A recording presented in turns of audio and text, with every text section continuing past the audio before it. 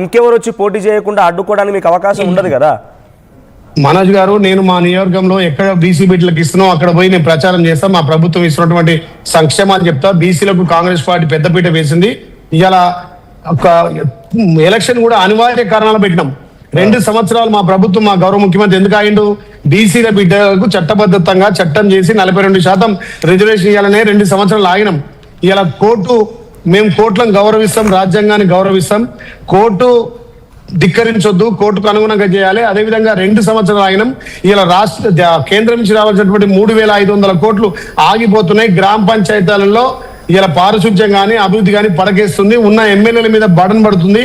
తప్పకుండా ఈ సర్పంచుల తర్వాత కేంద్రం మీద ఒత్తిడి తెచ్చి జెడ్పీటీసీ, ఎంపీటీసీ, ఎంపీపీలు కూడా పార్టీ 42% చట్టబద్ధత చేద్దాం.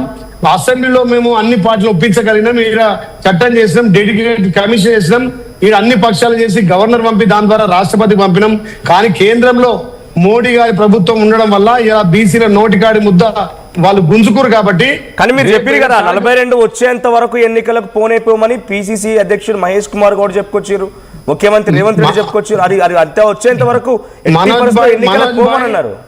మనోజ్ భాయ్, మేము చేసే ప్రయత్నాలు అన్ని చేసాం. మా గౌరవ ముఖ్యమంత్రి, మా మంత్రులు, మా ఎమ్మెల్యేలు చేసే కాడికి చేసాము.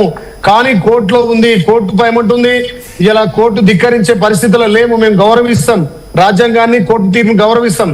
కనీసం స్థానిక సంస్థలన్నా సర్పంచులు గ్రామాలలో మొదటి పౌరుడు సర్పంచ్ కాబట్టి ఏ సమస్య వచ్చినా మా ప్రభుత్వానికి తెలవాలన్నా, మా ఎమ్మెల్యే దృష్టికి రావాలన్నా గ్రామంలో సర్పంచ్ ఉండాలా. సర్పంచ్ను ఫస్ట్ మొదలు పెట్టి కేంద్రంతో కొట్టాడనే దృష్టితో మేము మా పార్టీ పరంగా మేము అందుకే అంటున్నాం. మా గొల్ల మల్ల యాదవ్ కానీ ఇప్పుడు మా బీజేపీ మిత్రుడు కానీ మీరు కూడా దయచేసి మీ పార్టీ పరంగా 42% కాదు 50% మీరు ఇవ్వండి. బీసీలకు రాజ్యాధికారం రావాలి. ఇక్కడ సర్పంచులనే మొదలు కావాలి. సర్పంచులు గెలిస్తే రేపు ఎంపీటీసీలుగా, జెడ్పీటీసీలుగా బీసీలు ముందుకు వస్తారు.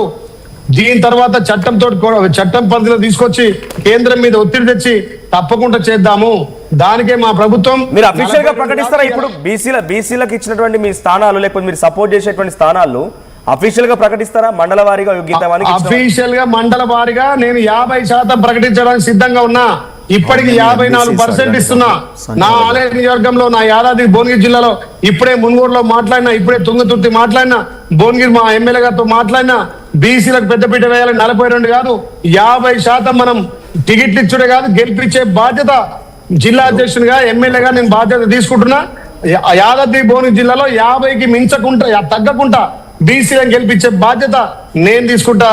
మనోజ్ గారు, మీరు చూడండి, కాంగ్రెస్ పార్టీ బీసీల పట్ల చిత్తశుద్ధితోటి అన్ని నియోజకవర్గాల్లో ఉందా ఈ పిలుపు? మీరు చేస్తున్నట్టే అన్ని నియోజకవర్గాల్లో అంటే మా గౌరవ ముఖ్యమంత్రి గాని, మా పిసిసి అధ్యక్షుడు నాకెట్లయితే ఇన్స్ట్రక్షన్ ఇచ్చిండో అందరు ఎమ్మెల్యేలకు, అక్కడ పార్టీ ఉన్న ఇన్ఛార్జీలకు బీసీలకు పెద్దపీట వేయాలి. మనం 42 అంటున్నాం. 42 కాదు 50% ఇచ్చి చూపించండి. ఆ రిపోర్ట్ మాకు ఇవ్వండి అని చెప్పి మా అధిష్టానం కూడా మమ్మల్ని అడుగుతుంది. మనోజ్ గారు, బీజేపీ నేత, మాజీ MBC corporation chairman Taduru Srinivas గారు మాట్లాడతారు. ఇప్పుడు సూటిగా కాంగ్రెస్ పార్టీని నేను ఒక ప్రశ్న అడుగుతున్నా.